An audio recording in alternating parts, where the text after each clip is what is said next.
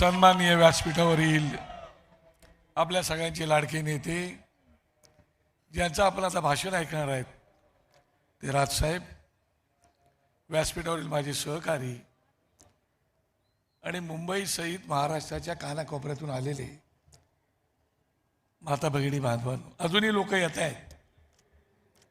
मला आज बाळासाहेबांची आठवण येते. हे मैदान गेले कित्येक वर्ष बाळासाहेब गाजवत होते आणि तशीच गर्दी होत होती. आणि आज 20 वर्षानंतर सुद्धा राजसाहेब, हे तुमच्या भाग्यात आहे की आज तेवढीच गर्दी या ठिकाणी आम्हाला दिसते. आणि आम्ही भाग्यवान आहोत की त्या मैदानामध्ये आम्ही बाळासाहेबांची बसून भाषणं ऐकत होतो. त्यावेळेला आम्हाला मांडी घालायला लागत होती आणि त्यावेळेला चणे सोबत घेऊन आम्ही बसलेलो असायचो. आज तुमच्यासोबत ह्याच स्टेजवरून मी भाषण करतोय. खरं आता महाराष्ट्राच्या राजकारणात साहेब विचका झालेला आहे. मला एवढंच कळतं की बाळासाहेबांनी मराठी माणसावरती, मराठी भाषेवरती आणि महाराष्ट्रावरती मनापासून प्रेम केलं. आणि त्याच्यानंतर जर कोणी प्रेम केलं असेल मराठी माणसावरती, मराठी भाषेवरती आणि महाराष्ट्रावरती, तर ते राजसाहेब तुम्ही एकमेव आहात की ज्याने प्रामाणिकपणे प्रेम केलेलं आहे. आणि म्हणून तुमचा आम्हाला अभिमान वाटतो. तुम्ही कधी इतर कुठल्या जातीचा, कुठल्या धर्माचा, कुठल्या प्रांताचा दुस्वास केला नाही. तुमचं म्हणणं आहे की महाराष्ट्र माझा आहे, या महाराष्ट्रावरती आमचा अधिकार पहिला आहे, त्याच्यानंतर तुमचा अधिकार आहे. एवढी तुमची भूमिका होती आणि ती चुकीची काहीच मला वाटत नव्हती. आणि म्हणूनच आत्ताच्या राजकारणामध्ये, राज्याच्या राजकारणात चाणक्य कोण आहेत, भीष्माचार्य कोण आहेत त्याची मला माहिती नाही.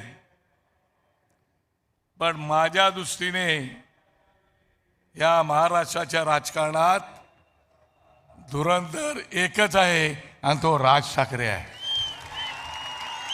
आणि म्हणून मला दिसतंय की साहेब, comeback is always powerful than setback. तुमचं कमबॅक होणार. यश अपयश येतं जातं. तुम्ही संयम बाळगलेला आहात आणि महाराष्ट्राची जनता सुद्धा तुमचा संयम पाहतोय.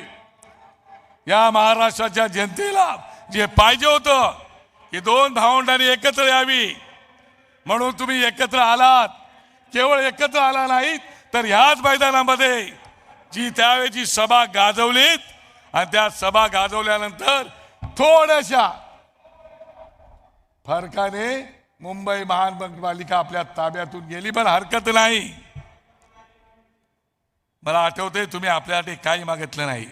या स्टेजवरून लोकसभेला तुम्ही कुठली अडचण न घालता नरेंद्र मोदी साहेबांच्या सरकारला पाठिंबा दिला होता.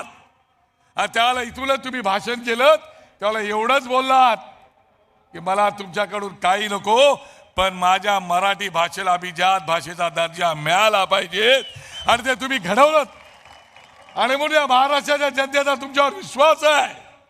माझी तुम्हाला विनंती आहे, तुम्ही आता भाषण काय करणार आहात ते करालच, लोकांना मार्गदर्शन कराल साहेब. पण या महाराष्ट्रामधला तरुण बेरोजगार आहे, आर्थिकदृष्ट्या नागावलेला आहे. या बेरोजगार तरुणांसाठी काय करणार आहात त्याचं मार्गदर्शन करा. बेरोजगाराला काय देणार आहात त्यासाठी मार्गदर्शन करा. या मुंबापुरीचं बचबतपुरी झालेले आहे साहेब. आज रस्त्याने चालायला जागा नाही, फुटपाथवरती चालू शकत नाही, ट्रॅफिकचे प्रॉब्लेम आहेत, पार्किंगचे प्रॉब्लेम आहेत.